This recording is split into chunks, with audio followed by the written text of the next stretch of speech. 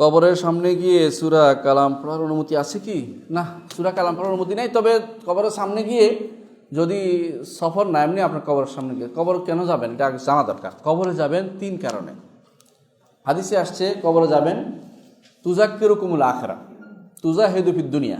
দুইটা, একটা হচ্ছে কি আখিরাতে স্মরণ করিয়ে দেবে, একটা হচ্ছে দুনিয়া বিমুখ করবে। কারণ আপনি মনে হবে যে আমি কত আস্ফালন করেছে এই লোকটা, কত বিল্ডিং বানাইছে, ঠিক না? অথচ কবরে চলে গেছে।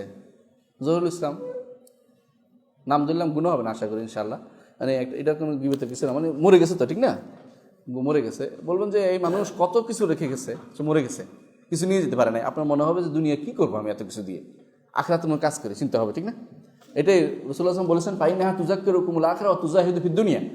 আবার হাদিসে বলেছেন রাসূল দোয়া করেছেন 3টে কারণ তাহলে, একটা হচ্ছে কবরবাসীর জন্য দোয়া, আরেকটা হচ্ছে কি কবরবাসীর জন্য দোয়া, একটা হচ্ছে আখিরাতের কথা স্মরণ করা, দুনিয়া বিমুখ হওয়া। এই 3টে হচ্ছে উপকারিতা। এর বাইরে অন্য যাই করবেন সেটাই হচ্ছে ওয়ালা তাকুলু হুজরান, এগুলো অতিরিক্ত কথা, বাজে কথা, এগুলি বাদ দিতে হবে। ওখানে যাইয়া কোরআন শরীফের জায়গা নয়।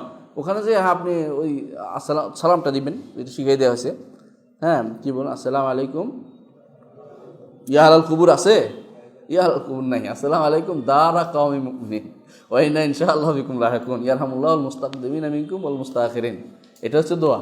কেউ কেউ বড় করে লিখে রাখে আসসালামু আলাইকুম ইয়া আহলাল কুবুর। ওইটা কই পাইছে আমি চিন্তা করতেছি, এটা তো নাই আসলে। দোয়া করার সর্বোত্তম উপায়, নিয়ম, আমল, সময় কি?